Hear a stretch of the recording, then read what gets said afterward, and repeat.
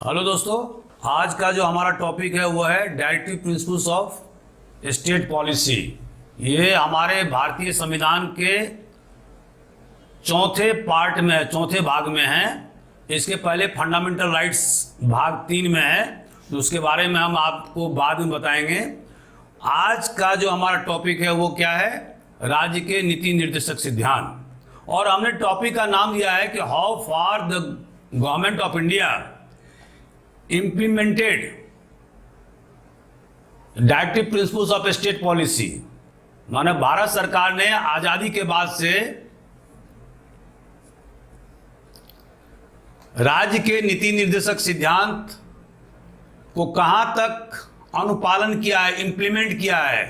तो दोस्तों, इसके पहले कि मैं आपको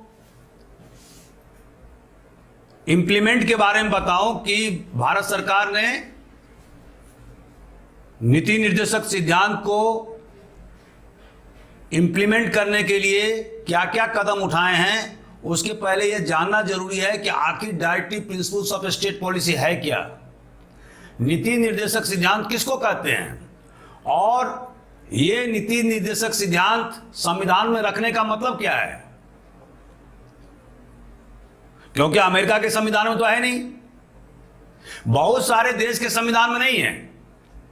तो आखिर हमारे संविधान निर्माताओं ने नीति निर्देशक सिद्धांत को भाग 4 में क्यों रखा? तो इसका उत्तर यह है कि हमारे देश के संविधान निर्माता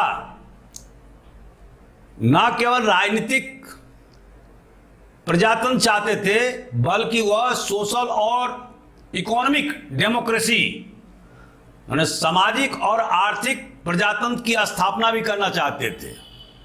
उनका यह मानना था कि केवल राजनीतिक प्रजातंत्र से राजनीतिक प्रजातंत्र से कुछ हासिल होने वाला नहीं है।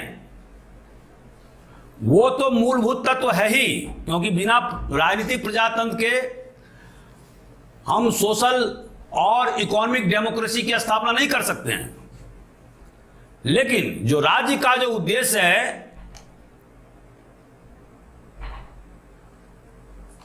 वो एक समतामूलक समाज की स्थापना करने का है। तो इसी के तहत राज्य नीति निर्देशक सिद्धांत को भाग 4 में भारत के संविधान में लाया गया। दोस्तों, नीति निर्देशक सिद्धांत है और मौलिक अधिकार, दोनों में एक अंतर है कि अगर मौलिक अधिकार का हनन होता है तो कोई भी व्यक्ति सुप्रीम कोर्ट या हाई कोर्ट जा सकता है। और आपको मालूम है कि आर्टिकल 32 में 5 प्रकार के रिट पिटीशन का उल्लेख है। लेकिन अगर जो नीति निर्देशक तत्व हैं जो भाग 4 में जो बताए गए हैं, धारा 36 से लेकर के 51 तक, तो अगर उसका उल्लंघन होता है तो कोई व्यक्ति कोर्ट नहीं जा सकता है। तो ये अंतर है। लेकिन धीरे धीरे ये अंतर भी कम हो गया है। उसके बारे में हम अभी आपको बताएंगे कि कैसे अंतर हुआ है। और जुडिशियल एक्टिविज्म माने न्यायिक सक्रियता के कारण से बहुत सारे जो directive principles of state policy में तत्व थे, एलिमेंट्स थे, उसको राइट्स में बदल दिए गए हैं सुप्रीम कोर्ट के द्वारा। तो उसके बारे में हम आपको जानकारी देंगे। दोस्तों, directive principles of state policy को अनेक प्रकार से वर्गीकृत करने का प्रयास किया है विभिन्न विद्वानों के द्वारा। तो एक जो वर्गीकरण है वो ये है कि यदि आप धारा 36 से लेकर के 51 तक को देखेंगे तो इसमें 3 प्रकार के आपको एलिमेंट्स मिलेंगे, तत्व मिलेंगे। और पहला यह है कि ऐसे नीति निर्देशक धाराएं जो हमारे राज्य की आदर्श या हमारे राज्य के प्रकृति के बारे में उल्लेख करता है कि the nature directives in the nature of the ideal of A state, कि हमारे देश का आइडियल क्या होगा, आदर्श क्या होगा, किस आधार पर हमारे शासन सत्ता चलाए जाएंगे। दूसरा, विभिन्न राज्य सरकारें किस प्रकार से अपने पॉलिसी, अपने नीति को एडॉप्ट करेंगी, अख्तियार करेंगी। और तीसरा, ऐसे अधिकार नागरिकों के जो नॉन जस्टिसिएबल हैं, मतलब जिसको कि आप कोर्ट में चैलेंज नहीं कर सकते हैं, लेकिन ये जो अधिकार हैं वो नागरिकों को मिले हुए हैं। तो ये 3 प्रकार का वर्गीकरण मैंने अभी लिखा है। The ideal of state, shaping of state policy and non justiciable rights of citizen. दोस्तों, एक दूसरे प्रकार का वर्गीकरण भी विद्वानों के द्वारा किया गया है, और वो वर्गीकरण क्या है? पहला सोशलिस्ट, समाजवादी दृष्टिकोण। दूसरा गांधीयन प्रिंसिपल्स के आधार पर जो निर्देशक तत्व बनाए गए हैं। और तीसरा लिबरल प्रिंसिपल्स, उदारवादी विचारधारा से प्रेरित होकर के बनाए गए हैं। तो ये 3 प्रकार के वर्गीकरण किए गए हैं। तो विभिन्न विद्वानों ने विभिन्न प्रकार से इसका वर्गीकरण किया है, और इसी के आधार पर जैसे कि आपको धारा 38 में, जैसे कि डायरेक्टिव आइडियल्स ऑफ स्टेट क्या होगा, तो राज्य का जो आदर्श होगा, राज्य भविष्य में जो शासन चलाए जाएंगे उसका मूल सिद्धांत क्या होगा।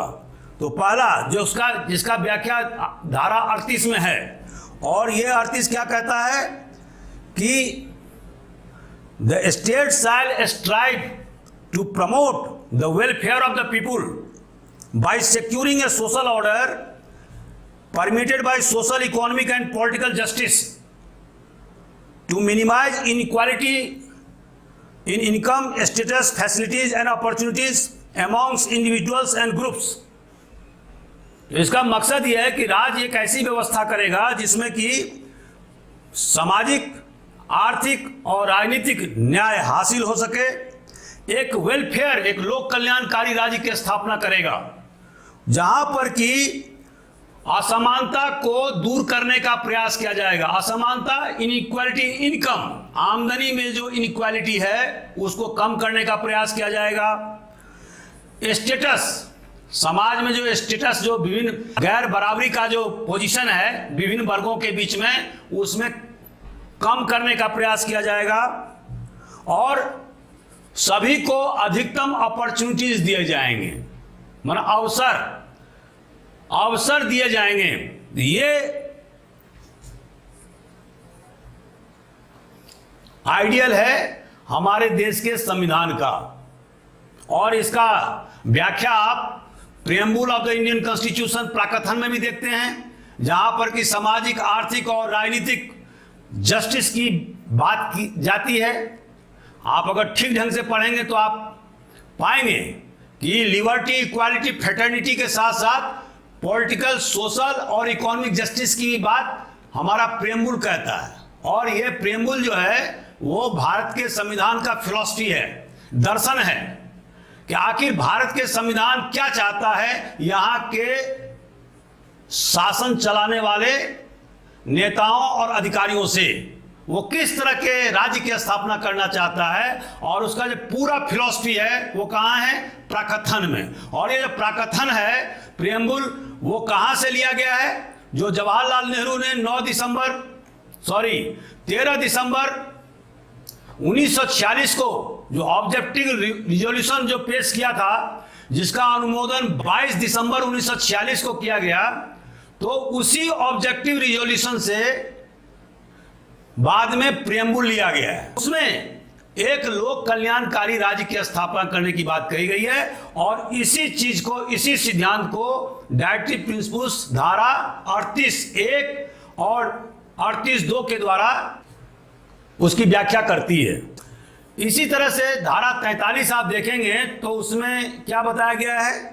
The state shall endeavor to secure just and human condition of work a living wage, a decent standard of living and social and cultural opportunity for all workers. सभी मजदूरों के लिए सामाजिक और सांस्कृतिक अवसर के साथ साथ एक बेहतर काम करने का बेहतर वातावरण और बेहतर मजदूरी प्राप्त करने की दिशा में राज्य कदम उठाएगा। और राज्य ने क्या क्या कदम उठाया उसके बारे में हम अभी आपको बताएंगे। और इसी तरह से धारा 47 में 47 में यह कहा गया कि the state shall endeavour to raise the level of nutrition, standard of living and to improve the public health. जो जनता के स्वास्थ्य हैं उस पर उसको सुधारने का प्रयास किया जाएगा। हमारा जो पौष्टिक आहार है, न्यूट्रिशन जो लेवल है उसको ऊंचा उठाने का प्रयास किया जाएगा। हमारा जो स्टैंडर्ड ऑफ लिविंग है उसको बढ़ाने का प्रयास किया जाएगा। और उसी तरह से धारा 39B और C, इसमें क्या कहा गया दोस्तों कि the state shell direct it's policy towards securing equitable distribution of the material resources of the community and prevention of concentration of wealth and means of protection. तो इसमें जो है दो बातें हैं कि कंसंट्रेशन ऑफ वेल्थ माने धन का संग्रहण कुछ ही लोगों के बीच में नहीं होना चाहिए, और जो मीन्स ऑफ प्रोटेक्शन है, मीन्स ऑफ प्रोटेक्शन क्या होता है, जैसे कि लैंड है, कैपिटल है, लेबर है, तो ये सारे मशीनरीज हैं, these are the means of production, उत्पादन के साधन।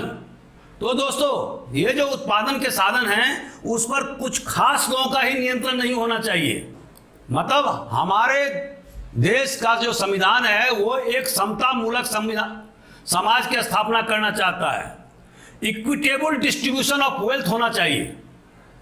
इसका मतलब क्या हुआ कि हर एक नागरिक को इतना ज़्यादा धन होना चाहिए, इनकम होना चाहिए, ताकि वो अपनी जिंदगी बेहतर ढंग से गुजार सके।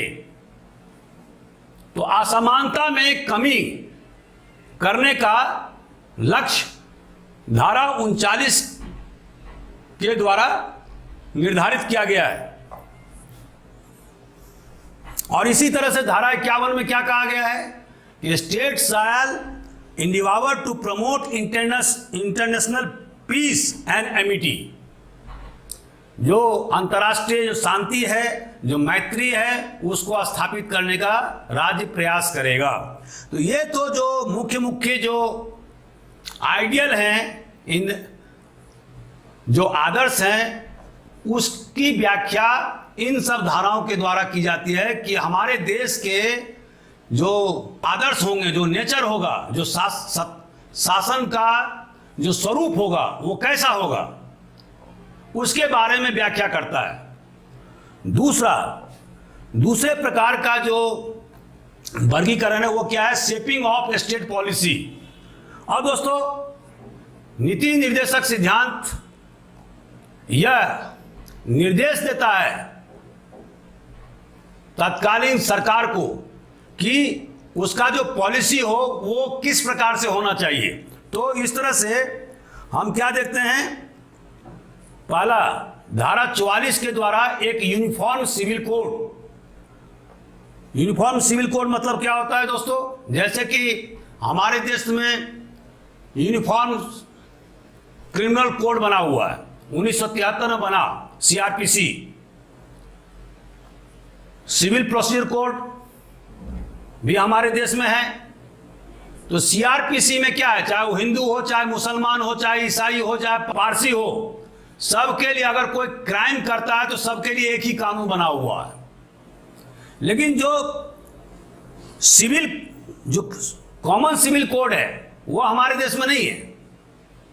मुसलमानों के लिए सिविल मामले अलग हैं, हिंदुओं के लिए तो कानून बना दिया गया है। आप लोगों को मालूम ही होगा 1955 को और 1954 के कानून के द्वारा मैरिज, हिंदुओं के मैरिज, डाइवोर्स, तलाक वगैरह के बारे या इनहेरिटेंस, इसके बारे में कानून बनाए गए हैं, महिलाओं को अधिकार दिए गए हैं। लेकिन जैसे मुसलमानों में उनका जो सिविल मामला है वो शरिया से निर्धारित होता है। तो यहां पर जो नीति निर्देशक सिद्धांत की धारा 44 है वो क्या कहता है कि राज्य कॉमन सिविल कोड बनाएगा, माने ऐसा सिविल कोड जो सभी धर्मावलंबियों पर एक जैसा हो, एक जैसा लागू हो। हालांकि अभी तक ये कानून इंप्लीमेंट नहीं किया जा सका है। दूसरा, to provide free and compulsory primary education, article 45, माने सभी को निःशुल्क और अनिवार्य शिक्षा देने की व्यवस्था 14 साल के बच्चों तक के लिए किया जाएगा, यह आर्टिकल 45 में बताया गया है। और इसके बाद धारा 47 में पूरी तरह से प्रोहिबिशन किया गया है, मतलब जो अल्कोहल ड्रिंकिंग है या शराब का सेवन उस पर मनाही किया गया है। धारा 43 में कॉटेज इंडस्ट्री माने कुटीर उद्योग को बढ़ावा देने का निर्देश दिया गया है। उसी तरह से जो जानवरों के स्लॉटर माने बलि करने, इसका की उपयोग खेती में किया जाता है, उससे मना किया गया है धारा 48 में। हाँ, धारा 48 में। और उसी तरह से कृषि को और एनिमल हस्बेंड्री, पशुपालन, उसको आधुनिक स्तर पर उसको बेहतर ढंग से ऑर्गेनाइज करने, उसको सुधार करने की बात कही गई है धारा 48 में। धारा 40 में ग्राम पंचायत, विलेज पंचायत और सेल्फ गवर्नमेंट की बात की गई है। ये सभी जो धाराएं हैं वो गांधीयन प्रिंसिपल से प्रभावित हैं। और इसी तरह से धारा 46 में वीकर सेक्शन ऑफ सोसाइटी, जो कमजोर वर्ग के लोग हैं, उनके आर्थिक और शैक्षणिक विकास के लिए और सामाजिक न्याय, सोशल जस्टिस को प्रमोट करने की बात कही गई है। इसके अलावा धारा 48A में इन्वायरमेंट को प्रोटेक्ट करने और फॉरेस्ट मतलब वन को सुरक्षित करने का निर्देश जारी किया गया है। और उसी तरह से धारा 47B में 43B में स्वयंसेवी संस्थाओं के निर्माण करने, उनके प्रमोशन करने, कोऑपरेटिव सोसाइटी को बढ़ावा देने, उनका ठीक ढंग से मैनेजमेंट करने की बात धारा 43B में कही गई है। तो ये सारे जो निर्देश हैं वो डायरेक्टिव प्रिंसिपल्स कहता है कि जो आने वाली जो सरकार है उसको क्या क्या करना चाहिए। जैसे कि separation of judiciary from executive, ये धारा 50 में कही गई है कि जुडिशरी माने न्यायपालिका को कार्यपालिका से अलग किया जाए। इसके अलावा जो तीसरा जो वर्गीकरण है वो क्या है, non justiciable right of citizen, जो नागरिकों के जो गैर न्यायिक अधिकार हैं वो क्या क्या हैं, जिसकी व्याख्या 39A में किया गया है। इसका मतलब है कि right to adequate means of livelihood, जीविकोपार्जन के उचित साधन का अधिकार, पुरुष और महिलाओं के लिए बराबर, equal pay for equal work, माने there should not be any discrimination on the ground of sex, ये आर्टिकल 39D में ये लिखा गया है। उसके बाद में 39F में बच्चों को और महिलाओं को किसी प्रकार के एक्सप्लॉयटेशन, शोषण रोकने, उनको बेहतर जिंदगी जीने और उनके स्वास्थ्य पर जोर दिया गया है। इसके अलावा धारा 41 में राइट टू वर्क, काम के अधिकार की भी व्याख्या की गई है। और इसी तरह से धारा 42 में right to public assistance in case of unemployment, old age, sickness, other cases of undeserved want, इसकी व्याख्या की गई। Right to human condition of work and maternity relief, maternity relief और ह्यूमन कंडीशन ऑफ वर्क, इसकी व्याख्या 42 में, धारा 42 में। और इसके अलावा right to living wage and condition of work ensuring decent standard of life for worker, इसकी व्याख्या धारा 43 में है। और इसके बाद right of children to free and compulsory education, धारा 45 में इसकी व्याख्या की गई है। तो ये सारे अधिकार दिए गए हैं जो कि गैर न्यायिक हैं। अब इसमें जैसे कि धारा 45 है तो उसको तो अभी आपने देखा होगा कि राइट टू एजुकेशन बना दिया गया, फंडामेंटल राइट्स बना दिया गया 21 धारा 21A में। तो दोस्तों ये सारे जो इंपॉर्टेंट तत्व हैं वो राज्य के नीति निर्देशक सिद्धांत, जिसका कि हमने वर्गीकरण किया, इसको आप 3 प्रकार से और वर्गीकरण कर सकते हैं कि कुछ ऐसे नीति निर्देशक हैं जो समाजवादी विचारधारा से प्रेरित हैं, कुछ ऐसे जैसे कि आर्टिकल 38 के बारे में अभी मैंने बताया, 39B और C के बारे में बताया। तो ये जो आर्टिकल हैं वो पूरी तरह से समाजवादी सिद्धांत से प्रेरित हैं। इसके बाद जो गांधीयन प्रिंसिपल है, जैसे कॉटेज इंडस्ट्री को बढ़ावा देना, एनिमल हस्बेंड्री और एग्रीकल्चर को आधुनिक ढंग से संगठित करना, ये सब गांधीयन प्रिंसिपल्स पर आधारित हैं। और जैसे कॉमन सिविल कोड हुआ वो क्या है, लिबरल प्रिंसिपल्स पर आधारित हैं, जो उदारवादी विचारधारा जो पश्चिमी देश के विचारधारा हैं पूंजीवादियों का। तो दोस्तों इस प्रकार से वर्गीकरण किया गया। अब आप समझ गए होंगे कि directive principles of state policy क्या है। अब जो हमारा जो मुख्य जो आज का जो टॉपिक है वो क्या है कि how far the government of India implemented directive principles of state policy. दोस्तों इसके पहले कि मैं आपको ये बताऊं कि how far the government of India implemented directive principles of state policy, मैं आपको 1-2 बातों के बारे में आपको बताना चाहता हूं कि न्यायिक सक्रियता के कारण हम क्या देखते हैं कि बहुत सारे जो अधिकार हैं वो हमारे भारतीय नागरिकों को मिल गया है। वो कौन कौन से अधिकार हैं वो मैं आपको बता देना चाहता हूं। पहला, जैसे कि मैंने आपको बताया कि धारा 21A जिसमें शिक्षा का अधिकार, जो आपने देखा होगा कि 86 अमेंडमेंट के द्वारा शिक्षा के अधिकार को मौलिक अधिकार बना दिया गया है। उसी के तहत में धारा 21 को ही सुप्रीम कोर्ट ने उसको काफी एलेबोरेट कर दिया है। और उसके तहत में उन्होंने कहा कि राइट टू लाइफ जो है उसमें right to pollution free water and air, right to reasonable residence, right to food, clothing, decent environment and even protection of cultural heritage, right of every child to a full development, right of resident of hilly areas to access to road, right to education। जो Mohini Jain versus state of Karnataka में उन्होंने जो निर्णय दिया उसी के तहत में बाद में भारत सरकार ने राइट टू एजुकेशन को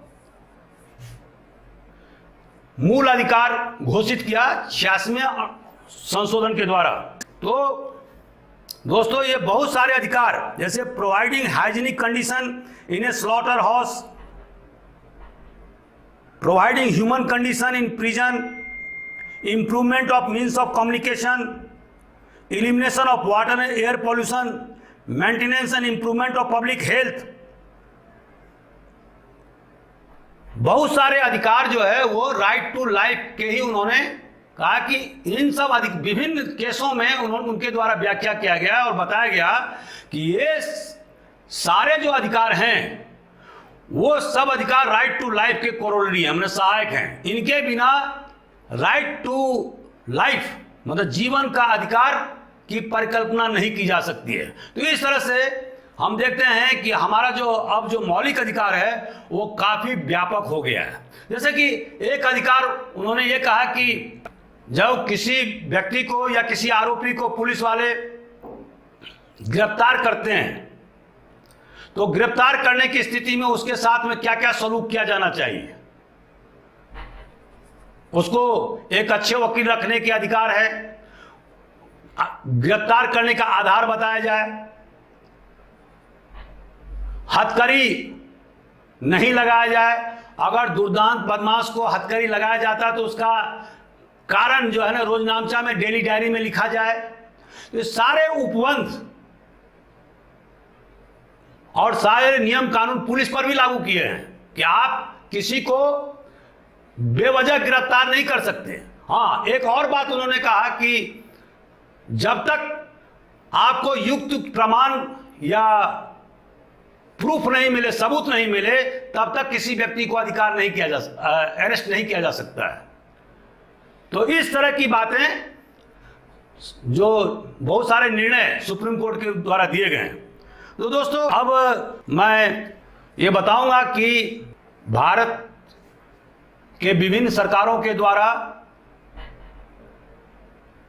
directive principle of state policy को इंप्लीमेंट, क्रियान्वयन करने के क्या क्या कदम उठाए गए हैं।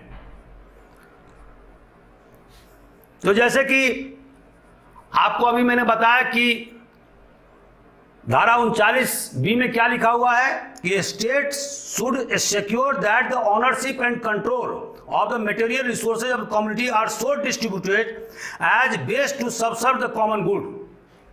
अब इसी के तहत में जो मीन्स ऑफ प्रोडक्शन है, जो उत्पादन के साधन हैं, उस पर कुछ खास लोगों का नियंत्रण नहीं होना चाहिए, समाज के सभी वर्गों का होना चाहिए, जो मैं अभी आपको बताया। तो इसी के तहत में आपने देखा होगा कि भारत सरकार ने जमींदारी उन्मूलन कानून लागू किया, एबोलिशन ऑफ जमींदारी सिस्टम 1951 में 1951। लैंड जो है वो मीन्स ऑफ प्रोडक्शन का सबसे महत्वपूर्ण साधन है। तो इसके तहत में सरकार ने जमींदारी उन्मूलन किया और करीब 20 मिलियन हेक्टेयर जमीन scheduled caste, scheduled tribe, OBC, इन लोगों को जमीन बांटे। जमींदारी उन्मूलन के तहत में उन्होंने सीलिंग एक्ट भी लगाया कि एक व्यक्ति जिसमें कि 5 सदस्य होंगे एक परिवार में, उसको 18 एकड़ सिंचित भूमि रखने का अधिकार होगा। उससे ज्यादा अगर होगा तो उसको बांट दिया जाएगा,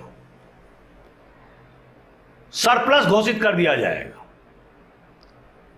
अगर असंचित भूमि है तो उसकी सीमा 25 एकड़ निर्धारित किया गया। लेकिन दोस्तों, विभिन्न राज्यों ने, ये मैं जो आपको आंकड़ा दे रहा हूं बिहार का दे रहा हूं, विभिन्न राज्यों ने अलग अलग ढंग से सीलिंग एक्ट बनाया हुआ है और उसके तहत में जो सरप्लस भूमि है, लैंड है, वो गरीब किसानों मजदूरों में बांटा गया है। तो ये बहुत बड़ी उपलब्धि है। आपको मालूम होगा कि अंग्रेजी हुकूमत के दौरान, जो मैं पहले बता चुका हूं कि 3 प्रकार के लैंड पॉलिसी अंग्रेजों ने अख्तियार किया था। वो क्या था? अस्थाई बंदोबस्त बंगाल सूबा में, रैयतवारी सिस्टम बॉम्बे और मद्रास प्रेसिडेंसी में, और महलवारी सिस्टम अवध, आगरा और पंजाब सूबा में।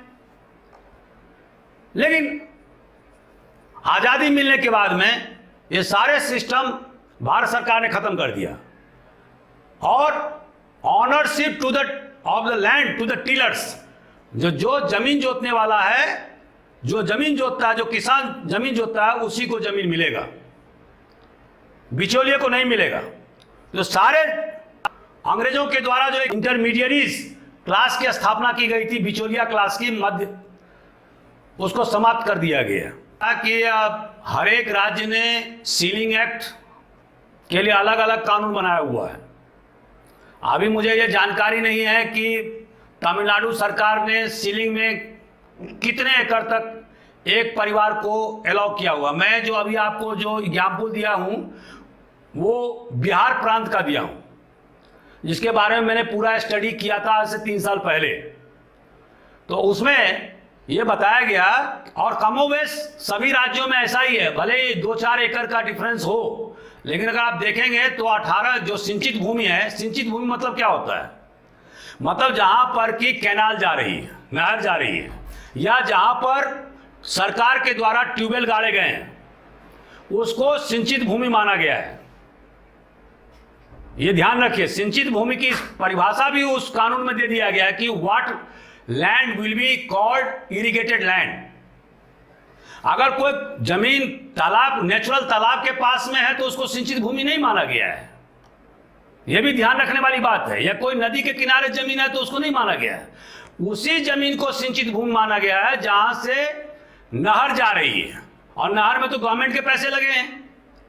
जहां पर सरकार ने ट्यूबवेल गाड़े हुए हैं। अभी आप देखेंगे कि आजादी के समय में मात्र 1% इरिगेटेड लैंड था जो ट्यूबवेल से इरिगेशन होता, सिंचित भूमि होता था। अभी कितना हो रहा है? 64%, 64%। वाई? बिकॉज दो बातें हैं उसमें। एक तो जो है ना ग्राउंड वाटर की availability, because of the large scale डगिंग of canals. आजादी के शुरुआत के समय में हमने क्या देखा? बहुत सारे कैनाल जो है ना भारत सरकार ने बनाए विभिन्न प्रांतों में। तो उसका फायदा शुरू में तो नहीं हुआ, लेकिन बाद में क्या हुआ? उससे ग्राउंड वाटर का टेबल बढ़ गया, और अब ट्यूबवेल के माध्यम से आसानी से आप भूमि को सिंचित कर सकते हैं। दूसरा फायदा यह है कि अगर आप ट्यूबवेल के माध्यम से सिंचित करते हैं तो वो आप कंट्रोल वे में करते हैं कि आपको कब पानी देना है, कब पानी नहीं देना है, कितना तादाद में देना है, क्वांटिटी में देना है, कितना नहीं देना है, ये आपके हाथ में है। तो इससे फसल जो है ना कि कम से कम जो है वो नुकसान होता है। लेकिन कैनाल में ऐसा नहीं होता है। कैनाल में 2-3 बातें हैं माइनस पॉइंट। पहला, वाटर लॉगिंग की व्यवस्था प्रॉब्लम हो जाता है, जैसे इंदिरा गांधी कैनाल सिस्टम में हमने देखा, मैंने ज्योग्राफी क्लास में बताया था। दूसरा कि पानी का कंट्रोल किसान के हाथ में नहीं होता है। हो सकता है कि पानी इतना अधिक मात्रा में चला जाए कि फसल पूरा बर्बाद हो जाए। तो इसीलिए अभी ट्यूबवेल से हमारे देश में इरिगेशन करने का जो परसेंटेज है बहुत ज़्यादा बढ़ गया है, टोटल 64%। तो आप विभिन्न किताबों में, जैसे जम्मू कश्मीर के लिए आप अलग से कानून बनाया होगा, उसके लिए आप पढ़ लीजिएगा अलग से। और कोई पॉइंट है किसी का? Anybody who want to ask me question? दूसरा दोस्तों, जैसे धारा 40 में कही गई कि विलेज पंचायत की व्यवस्था की जाएगी। अब इसके तहत में आपने क्या देखा? भारत सरकार ने क्या किया? धारा 73 में और 74 में संविधान संशोधन किया गया है। उसके तहत में जिला पंचायत, ग्राम पंचायत को अधिकार संपन्न किए गए हैं। उनको फिनेंशियली बहुत मजबूत करने का प्रयास किया गया है। 74 में संविधान संशोधन के द्वारा म्युनिसिपल कॉर्पोरेशन को मजबूत किया गया फिनेंशियली और प्रशासनिक दृष्टिकोण से। इसके बारे में हमारा डिटेल्ड वीडियो है, आप उसको जरूर देखिए। कॉन्स्टिट्यूशन ऑफ इंडिया प्लेलिस्ट खोलिए और कॉन्स्टिट्यूशन ऑफ इंडिया में देखिए, बाय अखिलेश झा। तो इसके बारे में फिनांस कॉर्पोरेशन की भी स्थापना की गई है। कॉटेज इंडस्ट्री को बढ़ावा देने के लिए भारत सरकार ने क्या किया? बहुत सारे जो है आप देखेंगे कि हैंडीक्राफ्ट बोर्ड की स्थापना किया गया है।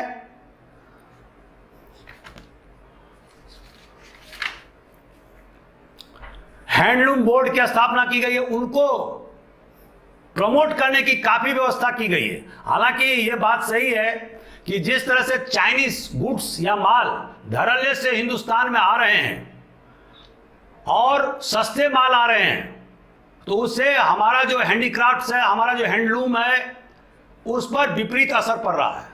लेकिन भारत सरकार कुछ नहीं कर सकती उसमें, क्योंकि मैं पहले के वीडियो में आपको बता चुका हूं WTO कि भारत सरकार जो है वर्ल्ड ट्रेड ऑर्गेनाइजेशन का सदस्य है, संस्थापक सदस्य है। तो वो किसी प्रकार का डिस्क्रिमिनेशन नहीं कर सकती है, लेकिन यहां की आम जनता कर सकती है। वो हिंदुस्तानी माल को खरीदे, स्वदेशी माल को खरीदे, उसको बढ़ावा दे, और विदेशी माल को नहीं खरीदे, तो विदेशी माल हिंदुस्तान आएंगे ही नहीं।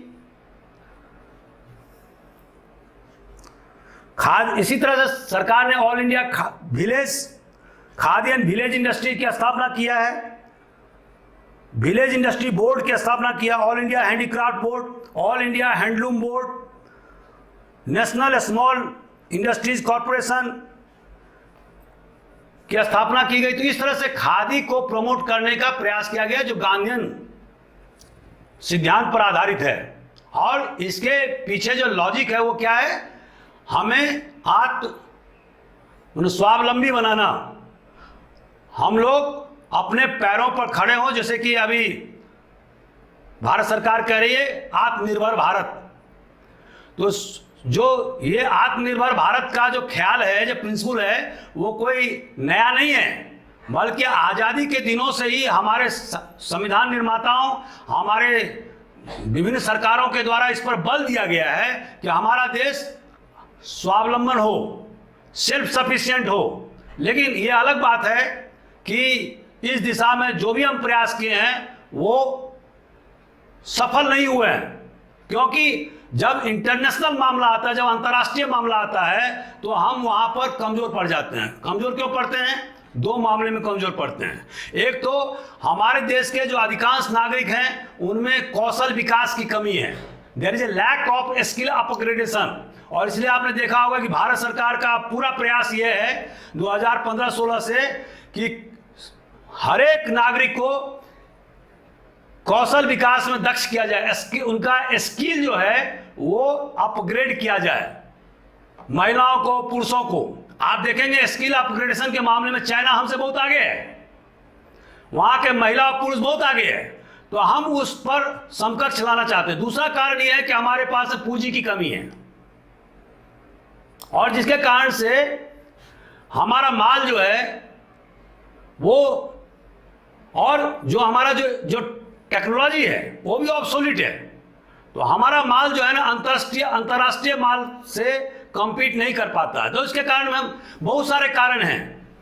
लेबर इफिशियंसी है कि हमारे देश के जो लेबर है, मजदूर क्लास के लोग, वो उतना इफिशियंट नहीं हैं जितना कि विदेश के मजदूर हैं वो। तो ये सारे फैक्टर्स विपरीत दिशा में काम करते हैं, और इसलिए हम अंतर्राष्ट्रीय मानकों पर खड़े नहीं उतर पाते। हमारा माल सस्ता नहीं पैदा होता है, जिसके कारण से हमारा सामान विदेशों में उस अनुपात में नहीं बिकता है जिस अनुपात में चाइनीज माल बिकता है। दोस्तों, धारा 45 में क्या कहा गया था कि कंपल्सरी एजुकेशन, अनिवार्य शिक्षा दी जाएगी, और इसके तहत में विभिन्न राज्य सरकारों ने कानून बनाए। और अब तो धारा 21A के तहत में हर एक बच्चे को, जो 14 साल तक के बच्चे, सबको 21A के तहत शिक्षा का अधिकार दे दिया गया कि this is the fundamental right. और अगर आप देखेंगे कि आज़ादी के समय में जो हमारे जो शैक्षणिक स्थिति थी और अभी जो हमारा जो स्थिति है, उसमें जमीन आसमान का अंतर है। अभी हमारे देश में 1.5 लाख से ज़्यादा high school, higher secondary school काम कर रहे हैं, 18,000 से ज़्यादा कॉलेज हमारे यहाँ काम कर रहे हैं, 476 यूनिवर्सिटी काम कर रहे हैं। ये बहुत बड़ी उपलब्धि है। लेकिन अगर आप पश्चिमी देशों की तुलना करें या चाइना से तुलना करें, तो अभी भी हमें इस दिशा में बहुत आगे बढ़ने की जरूरत है। अमेरिका में तो 96 से लेकर 99% लोग शिक्षित हैं, हमारे यहाँ उसका तादाद 70-72% है। अभी ये मैं 2011 की के डाटा बता रहा हूँ। अभी 2021 में जब पुनः सेंसस होगा तो हमें पता चलेगा कि हमने कितना प्रगति किया है। लेकिन शैक्षणिक क्षेत्र में हमने बहुत ज़्यादा प्रगति किया है।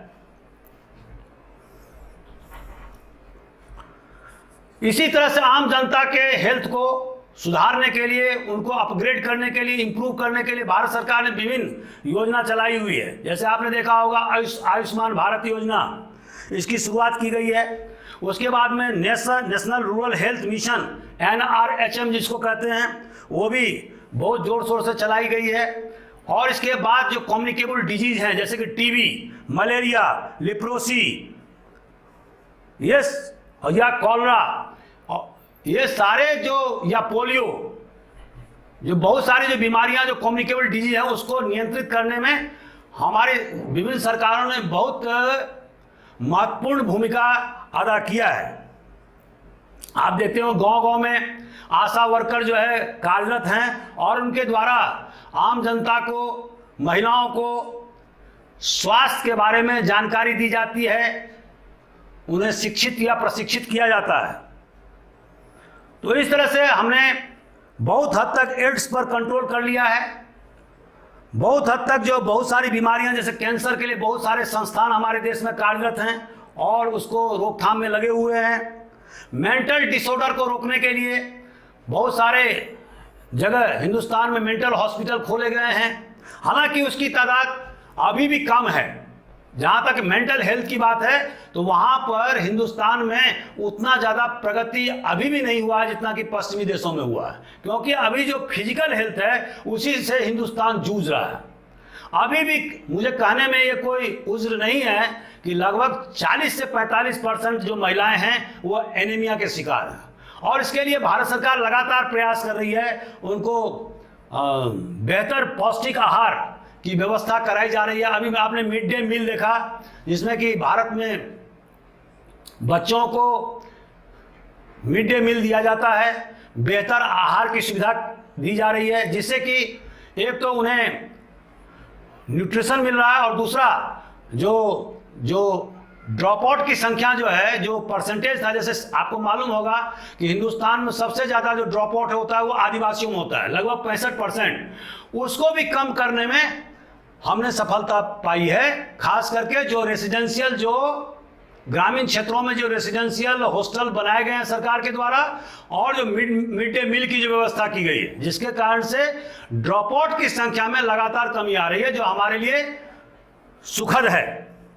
इसी तरह से धारा 47 में टोटल प्रोहिबिशन मतलब शराबबंदी की बात कही गई है। ये गांधीयन सिद्धांत से प्रेरित है और इसके तहत में आपने देखा होगा गुजरात में पूरी तरह से पाबंदी है, बिहार सरकार ने पूरी तरह से पाबंदी किया हुआ है, और इसके तहत में बिहार सरकार को लगभग 6000 करोड़ सालाना राजस्व का नुकसान हो रहा है। लेकिन महिलाएं खुश हैं, और जिसके कारण से अभी उसी एक आधार पर महिलाओं के खुश होने का नीतीश कुमार, जो अन्य फ्रंट पर उतने सफल नहीं हुए थे, इस शराबबंदी के कारण से महिलाओं ने एकजुट होकर के उन्हें वोट दिया, जो चुनावी विश्लेषकों का कहना है, और इसी कारण से वो तीसरी बार पुनः सत्ता में स्थापित हो, चौथी बार सत्ता में स्थापित हो पाए।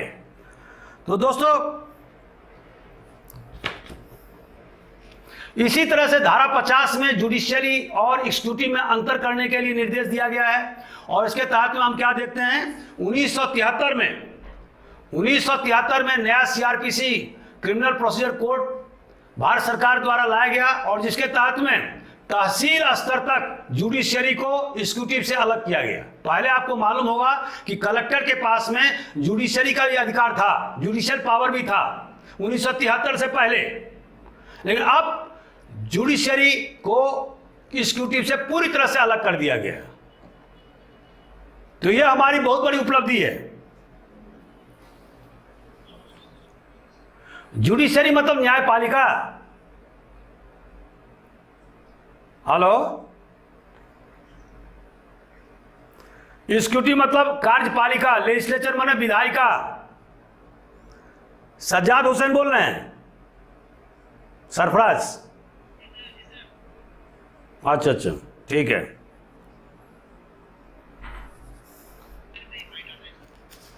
और किसी को कोई पॉइंट हो? एनीबॉडी?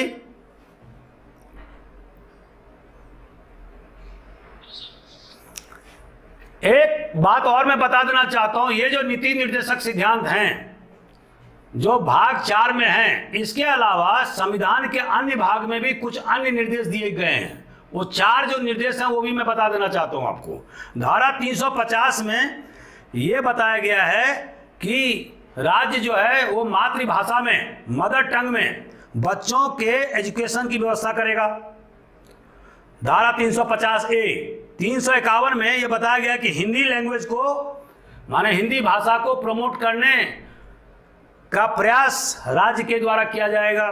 तीसरा, 335 में बताया गया है कि शेड्यूल कास्ट और शेड्यूल ट्राइब, अनुसूचित जाति और जनजाति के सदस्यों को नौकरी में, अपॉइंटमेंट में, सरकारी नौकरी में तवज्जो दी जाएगी, लेकिन मेरिट का, subject to the consideration of merit, subject to the consideration of the maintenance of efficiency, माना जो शासन की जो दक्षता है उस पर बिना प्रतिकूल असर होते हुए शेड्यूल्ड कास्ट और शेड्यूल्ड ट्राइब के मेंबरों को नौकरियों में वरीयता दी जाएगी। Thank you very much.